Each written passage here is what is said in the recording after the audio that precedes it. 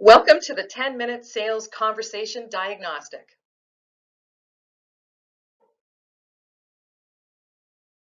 Hi there, it's Kira Callahan, president of Conversation Gym. Thanks for joining me.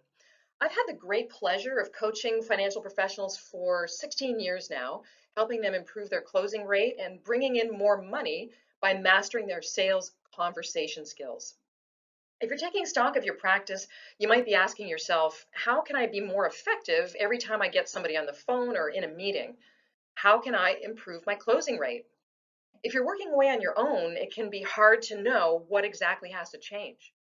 You probably achieved a certain amount of success already, which means that you're doing a lot of things right, but you're missing just a few skills that would make the difference. Over the past 16 years, I've coached well over 5,000 financial advisors, managers, wholesalers, and VPs. By this time, I'd be a bit of a bonehead, frankly, if I didn't recognize that there are patterns to success and patterns that lead to stalling out. Whatever you're living with right now are the results of your patterns of communication. So in these 10 minutes, I'm going to play the diagnostician and share some typical problem areas so that you know where to focus to give you a shortcut to increasing your revenue. Before we begin though, I want to put one important thing in context. This diagnostic is about things you can control. Yeah, of course, there are some instances where your competitor may have a better rate or more favorable terms. You can't control that, but you can control how effective you are in your sales interactions. And that's what this diagnostic is focused on. So here we go. I'm going to break down the sales conversation into the important moments that form the backbone of every client interaction. So first, let's get your head in the game. Think about the last several prospective clients that you didn't close. Got them in mind? Okay, so as you're going through the diagnostic, ask yourself, where am I strong? And where do I typically lose a prospect's interest? Inside of those moments are a few critical skills that you need to sharpen to increase your closing rate. Confidence is a huge factor too, of course. The Conversation Gym method is so effective because it works in an upward spiral. When your skill level increases, your confidence goes up. You bring more confidence and skill to your client interactions and your results improve. Then that shoots your confidence even higher. And so it goes. Conversation Gym is all about building muscle memory of effective skills so that your improved results become automatic. Okay, let's dive in. The first step of your sales interaction happens before you meet them, and obviously that's prepare. Now, I know you know this, but stick with me because we're going to be looking at this from the diagnostic perspective. So here's some of the signs that'll tell you you haven't prepared thoroughly enough. You get caught off guard by their objections or questions.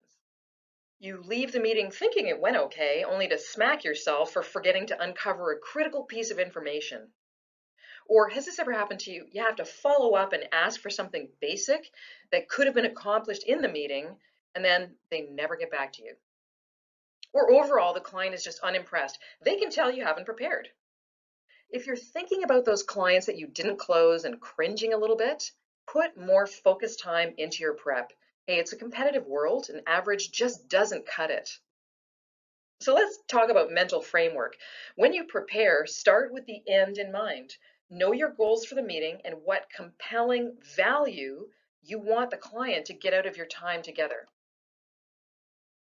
Then we've got KYC. Well, obviously that's industry standards, but it's also table stakes. Information is at our fingertips, so there literally is no excuse for showing up in the dark. Get creative and bring genuine curiosity to your preparation. And then, and here's something that often doesn't get the attention that it should, prepare for the actual conversation. Use your research to ask better questions. And here's a pro tip. Asking insightful questions that are relevant to their business is actually a really good way to show your expertise without having to brag about your credentials. Congratulations, the client has agreed to talk to you. So it's time to make that all-important first impression. This is the connect and open stage of your sales call or meeting. Do you start strong? If you're less than great, the symptoms might look like this. The client sighs a lot, or they give you short, impatient answers.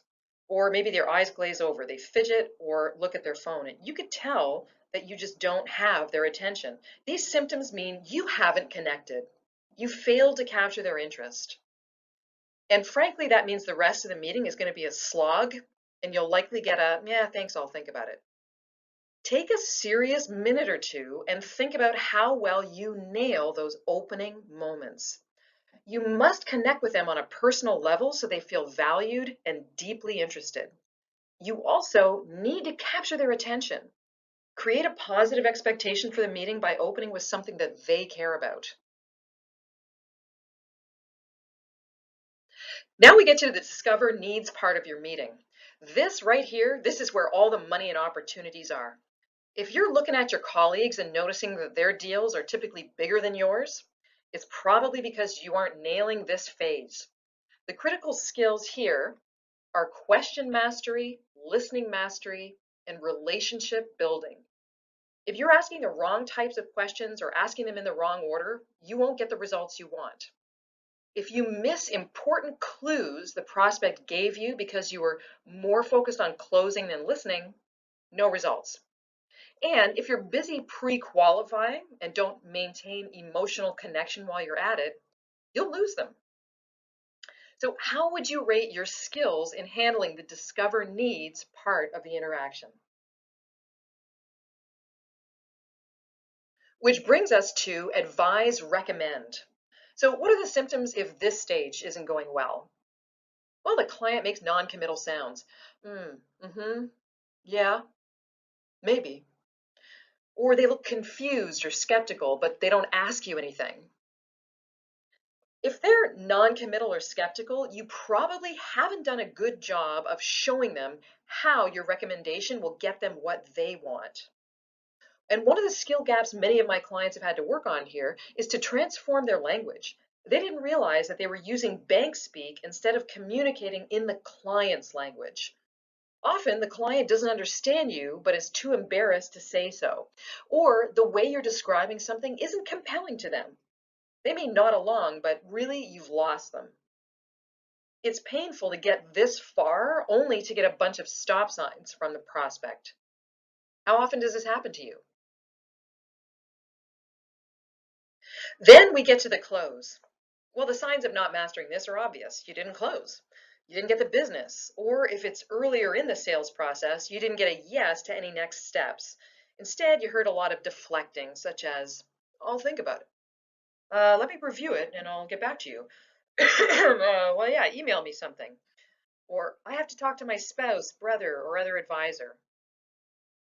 If this is happening to you more than you'd like, either you stumbled or missed something important earlier, or you didn't ask for the business, or if you did, you projected doubt instead of confidence. Even if you nailed the close, we're not quite done. Now we're at the final part of the sales process where we can still lose business. How many times have you heard that phrase, the money's in the follow-up? Well, it's true. The clearest symptoms that you've dropped the ball here is if your prospective client seemed genuinely interested. They agreed to a next step and then disappeared. They ghost you. You can't get them to reply or call back. Diligent follow-up is critical. An effective close includes clear next steps. When your prospective client leaves a successful meeting, they feel good. You got to maintain their excitement afterwards so they stay emotionally invested in taking action.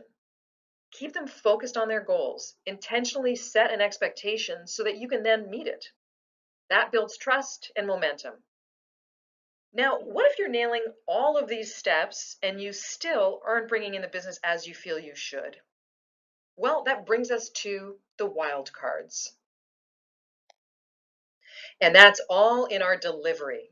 You may be doing the right things. Clients seem to like you, but they're not signing. Your closing rate is still not where you want it to be. What is going on here? Without even knowing it, you may be planting doubts and concerns in the minds of your prospect.